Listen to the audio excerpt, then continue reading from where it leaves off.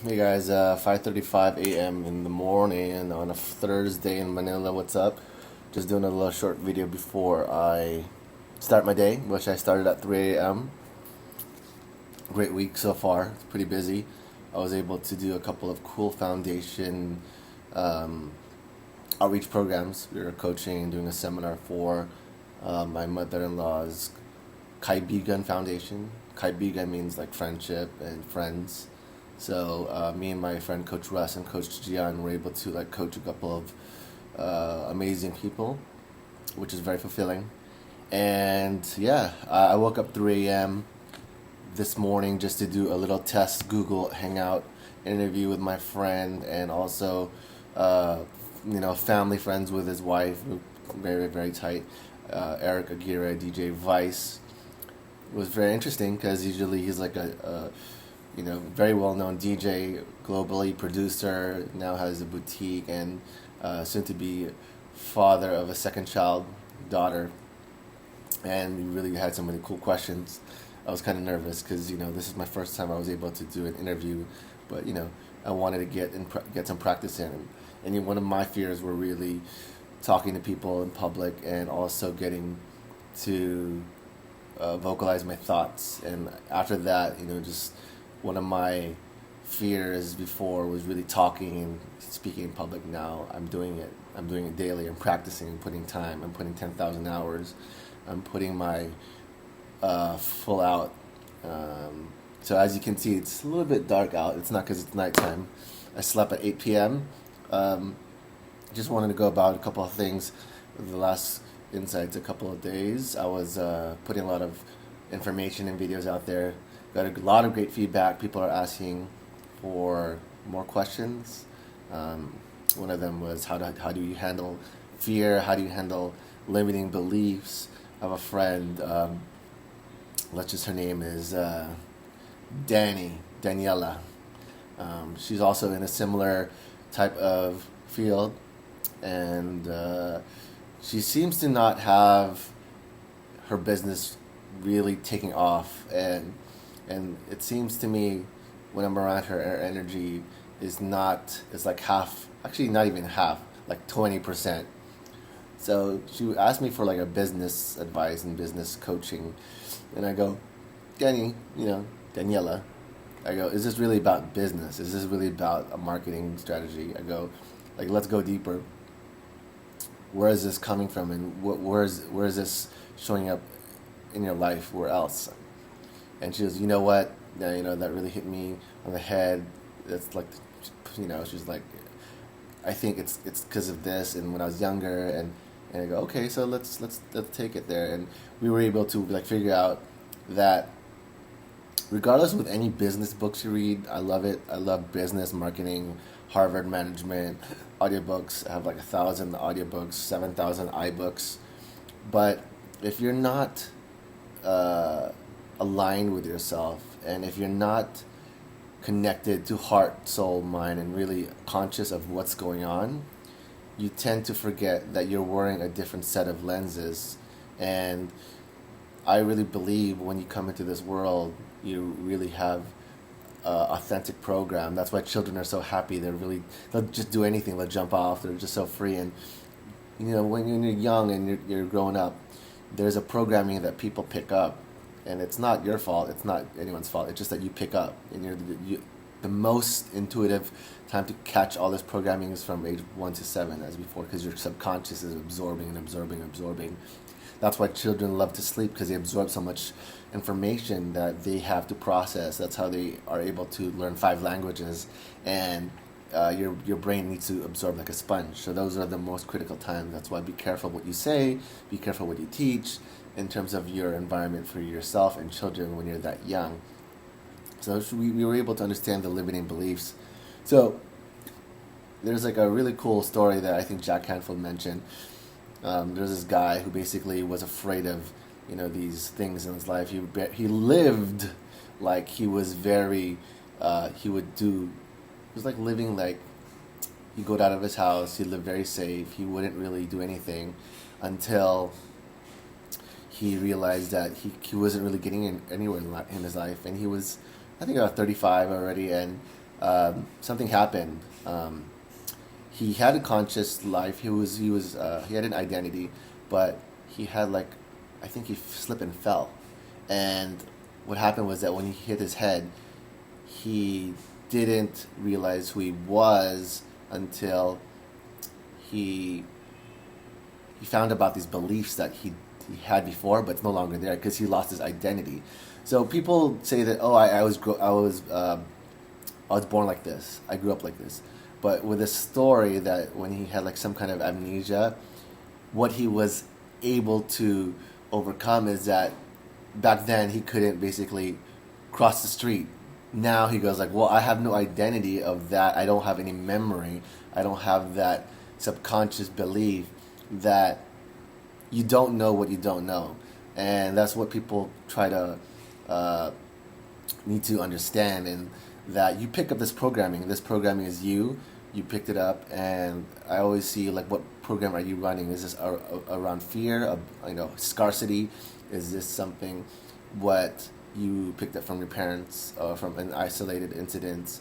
And what I kind of like, my breakthrough was that everything back then was about scarcity, because it's not enough, or when you're young and you're in a Filipino family, your parents would like pick up these things like, there are starving children in Africa. You better finish all your food. So I ended up being the fattest kid in my family.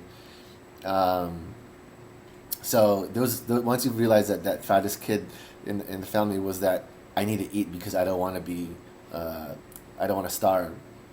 So I mean, little things you don't realize, that very little subconscious pickup beliefs that are really implanted, and those are what they call the mind viruses, and you can go into that in the academy.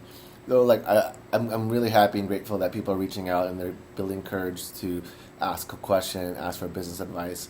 I want to help everyone. I put a double time on my schedule to develop the program and the website. I'm getting amazing people to help me. I'm putting 1,000% into this. I'm traveling next month, but every day I want to just bang out a couple of videos, whatever I get inspired. I'm now working on a couple of podcast development, turning all my video into audio to get on the iTunes, Apple podcast. That would be awesome. Just interviewed my friend, yes, Vice, aka DJ Vice. Does Vegas. He does, Miami. Knew him since I was in Long Beach, from guy in Power 106 now. These headlining shows with, Pharrell, Diddy, and name it. He's got a relationship, and one of my inspirations was him. Is that, one day that your inspiration become your friend, and I always attracted that. The people I looked up to actually became really great friends. He was also at my wedding with his wife, very, very beautiful couple. We love them to death, and also close to my wife. And, we just want to be around that energy and inspire the world. So, really great breakthroughs with that interview. We had some technical difficulties, but we got through it. So, yeah, sun's coming up. I want to do a little walk with my little buddy Truffles. I just made her some fried egg. But yeah, let's go back to this thing about fear. This seems to be a topic of the week because a lot of people seem to say that I'm stuck. I'm scared. I'm scared. I'm scared to fail. But people don't realize, and they don't really understand the big picture, is that fear is self-manifested. Fear. I didn't get it until they said fear. You should only fear itself, because it's all self-created. You create fear, and this is what I learned about this guy who was afraid to cross the street or do anything. There's a movie about him with Bill Murray. So fear is self-manifested. It can be picked up from a belief system or pattern you picked up prior from your parents. So when people say I'm scared to fail, like, what does that mean? Scared to what exactly? Let's go deeper. So my fear back then was scared to talking to public, but my fear, the layer below that was what I feared the most, was I was afraid what people would think or what people would say. Then I got that, like, oh, why do I care so much? And I realized that was a belief that I was carrying since childhood, because I was very conscious back then when I was younger. All the cool kids had really cool Stussy shirts and really cool fresh jive body glove gear, and I was wearing. Um, I used to borrow a lot of my sister's clothes, not sister's dresses, but sister's like flannel and shirts, because I had no essence of style. I had no idea of like, oh, you had to be wearing really cool stuff from Pacific Sunwear, like really cool uh, Bugle Boy jeans from Mervin's, or Fresh Jive or 8 Ball, all this random stuff. I had to have sun in my hair.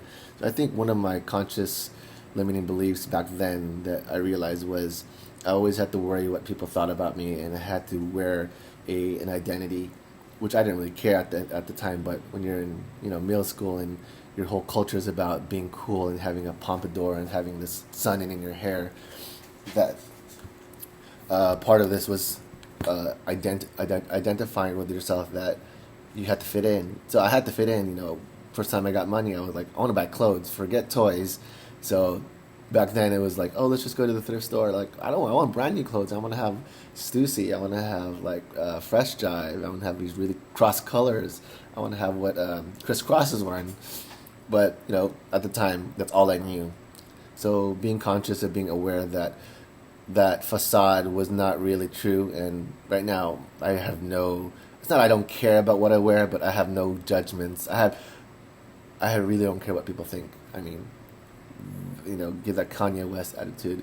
What you think about me is none of my business. So, what people are so worried that what judgment they play in their head, just because they also judge themselves. So like people are more concerned like they might think something, and so if they do and if they don't, that's not how you base your happiness, and that's not how you base how you live your life and how you want to plan, and really take your life 1,000%.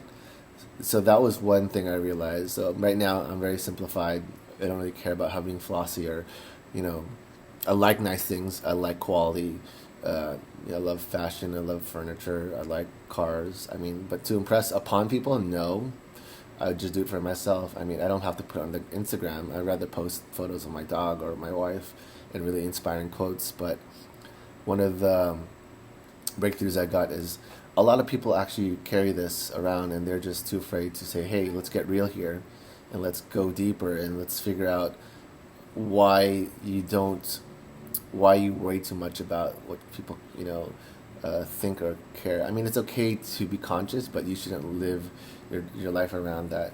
So that's something that I understood, and I had 3 people who talked to me about the same thing. And fear is, there's 2 frequencies: it's love and fear, which is the lowest. And if you're living on fear and you cannot manifest the things that you want because you're not excited, you're not happy.